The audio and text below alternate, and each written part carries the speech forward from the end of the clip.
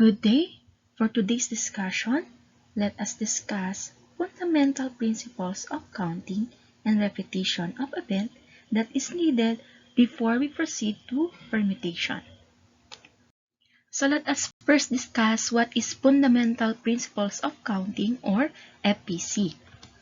If one thing can occur in m ways, and a second thing can occur in n ways, a third thing can occur in p ways, and so on, then the sequence of things can occur in m multiplied by n multiplied by p and so on ways. So let us start in giving our first example under fundamental principles of counting. Problem number 1. Hand washing is important in preventing the spread of germs and in keeping the hands free from dirt. Assume that you will buy a soap. How many total choices are there?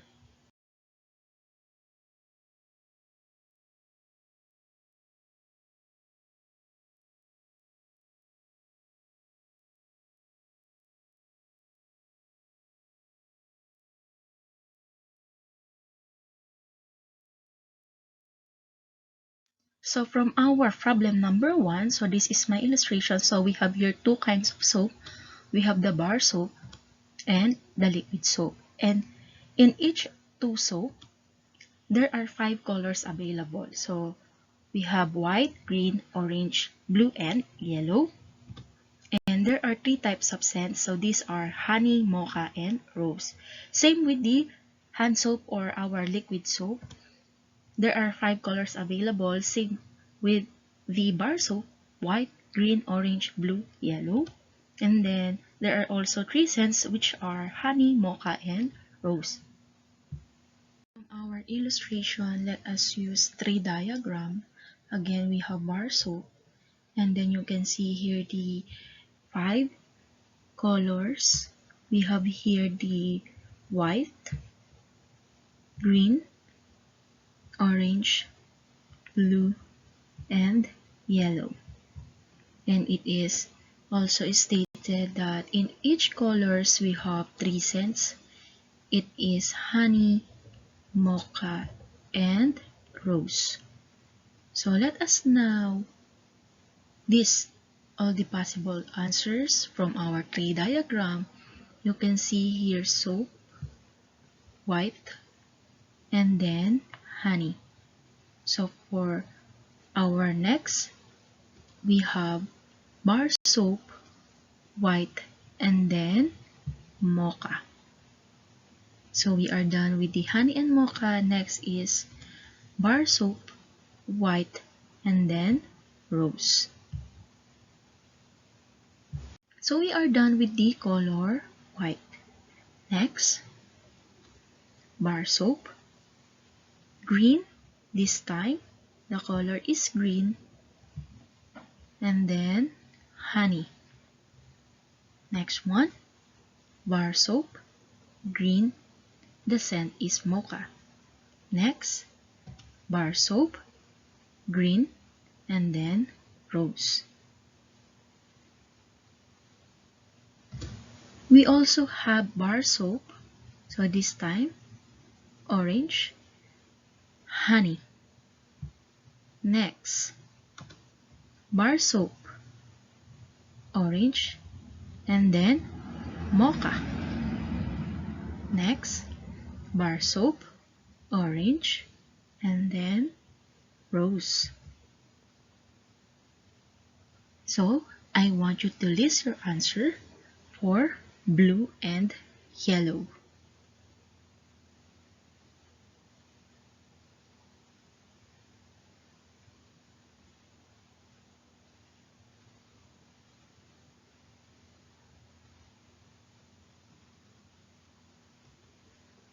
Answer, bar soap, blue, honey, correct.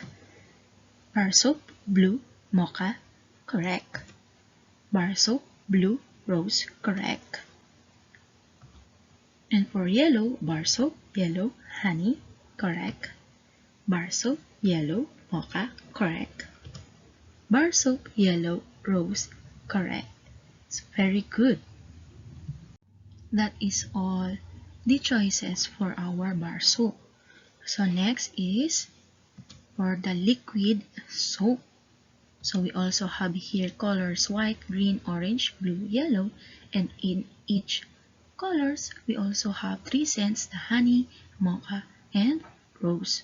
So I want you to list all the possible choices.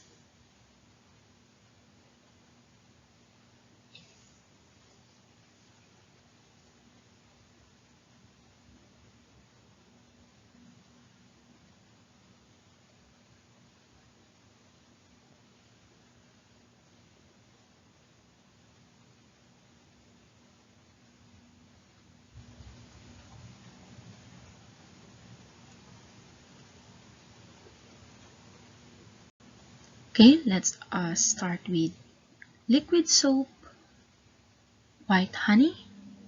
Next, liquid soap, white mocha. Next is liquid soap, white and rose. We also have for the green, liquid soap, green honey. We have liquid soap, green mocha. We have liquid soap, green rose. Next is for the color of orange. So we have liquid soap, orange honey. Next, liquid soap, orange mocha. Last one for the orange is liquid soap, orange rose. For the color of blue, we have here liquid soap, blue honey. Next, liquid soap, blue mocha. Next, liquid soap, blue rose. So that's it for the blue color. Next is for the yellow color.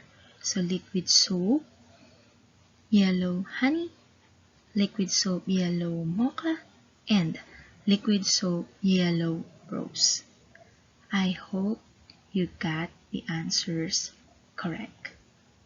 Okay, and if we are going to count all the possible choices, we have 1, 2, 3, 4, 5, 6, 7, 8, 9, 10, 11, 12, 13, 14, 15, 16, 17, 18, 19, 20, 21, 22, 23, 24, 25, 26, 27, 28, 29, 30. From our tree diagram or in using listing method, we have 30 choices. From our activity, we have noticed that it took time for us to know the answer because we used the illustration, then the tree diagram, and then we list down all the possible answers, and then we count it to have a total of 30. But we have simple ways to compute for it. So if you still remember the meaning of fundamental principles of counting stated there that the formula that we have to use is m multiplied by n multiplied by p and so on. So let us do the simple calculation. We just have to know the number of soap types from our problem. So this is 2 for the bar soap and then the liquid soap. Multiply by the number of colors. We have here 5 for white, green, orange, blue, and yellow. Multiply by the number of scents. We have 3. This is for honey, mocha, and rose. So I want you to get the product. So correct. The answer is 30.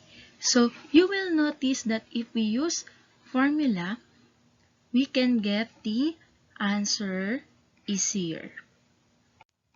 So let us now proceed to problem number 2. So here is our problem number 2. Elsa sells shirt for a cost in sizes small, medium, large, and extra large. Each size comes in 5 colors. We have red, yellow, white, orange, and blue. The shirts come in short sleeves and long sleeves. So the question is, how many kinds of shirts are there? Let us now use the formula. So please take note of the sizes of the shirts, the colors, and the types of this shirt. So we have here number of sizes of shirts. It is 4 for the small, medium, large, and XL. So this is 4. And then next is multiply by the number of colors. We have 5 colors here: red, yellow, white, orange, and blue. And then we have to multiply by the number of types of shirt, which is short sleeves and long sleeves. So we have 2. So please compute for our answer.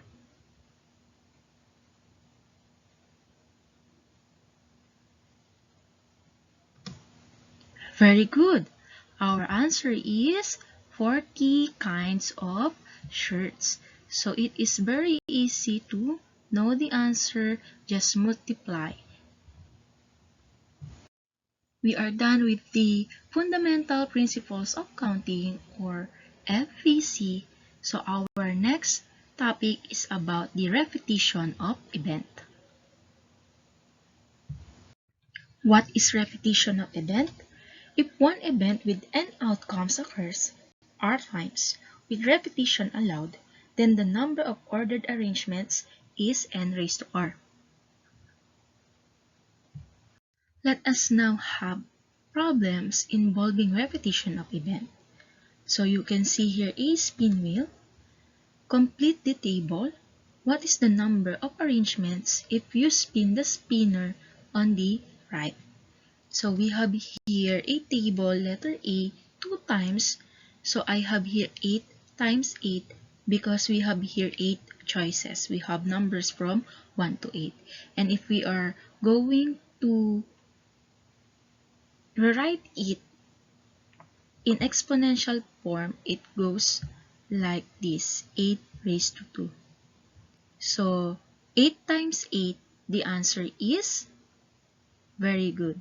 The answer is 64. So if we are going to spin the spinner 2 times, the answer is 64.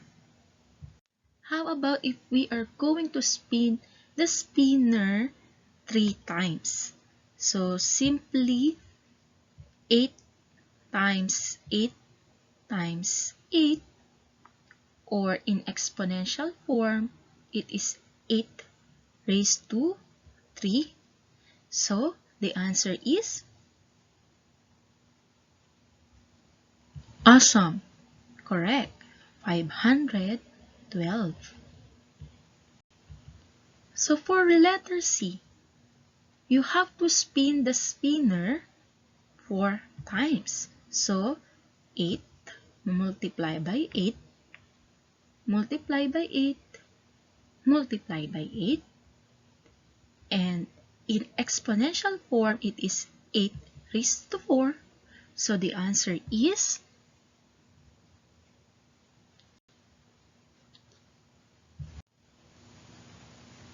great, 4096.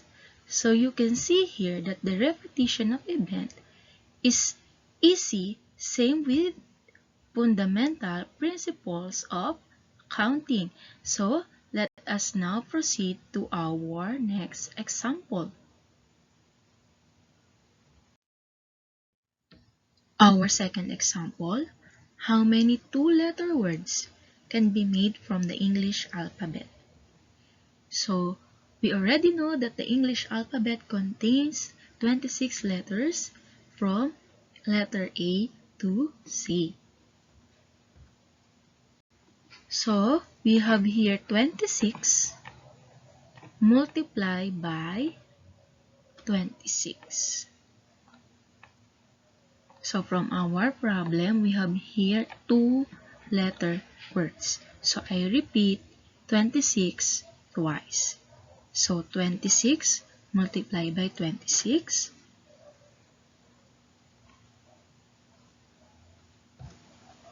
Alright, the answer is 676. Problem solving number 3. Suppose there is a place where automobile license plates require 2 letters to be followed by 4 digits. How many of such plates are possible if the repetition of the letters A is allowed and B not allowed? Let us first answer letter A is allowed. So there are 6 choices, 1 for each letter or digit on the license plate. It requires 2 letters to be followed by 4 digits. So that is stated in our problem.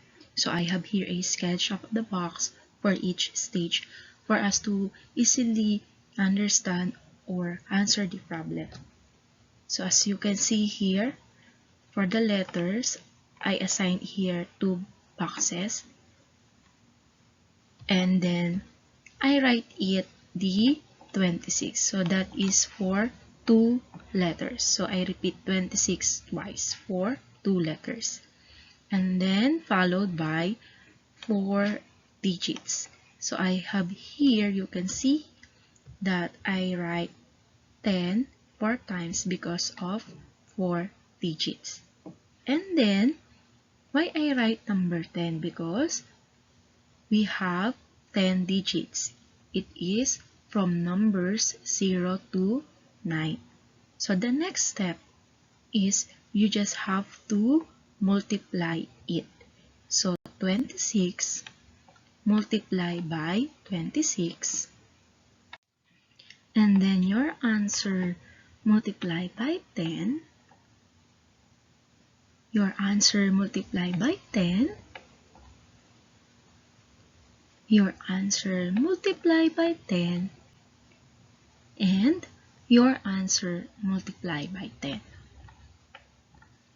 So, let us check if you got the correct answer. Correct. The answer is 6,760,000. Very good. Let us now proceed to letter B, which is not allowed. There are 6 choices, 1 for each letter or digit on the license plate. It requires 2 letters to be followed by 4 digits. If repetition of letters or digits is not allowed, then we can arrange the choices as follows. So again, I have here an illustration. For the letters, we have 2, and for the digits, we have 4. As it is stated in our problem, it requires 2 letters and to be followed by 4 digits. So you can see here that in letters, we start with 26 because we have 26 letters from letters A to Z. So number 1, here we have here 26, and then you will notice here in our second letter we only have 25. It decreases by 1 because of the word not allowed. Repetition is not allowed. So this is our data for letters. We have 26 and 25. And then for the digits, we have 4 digits. Again, we start at 10 because we have 10 choices or 10 digits. It is from 0 to 9. And then, repetition is not allowed. It follows by 9. The third one is 8. And the fourth digit is only 7. You only see or notice here that the preceding numbers is decreasing by 1 because of the word not allowed. So now I want you to get our answer from our definition or from our formula for the repetition of events, it is m multiplied by n multiplied by p and so on. So you just have to multiply 26 times 25 times 10 times 9 times 8 times 7. So I want you to compute or get the product.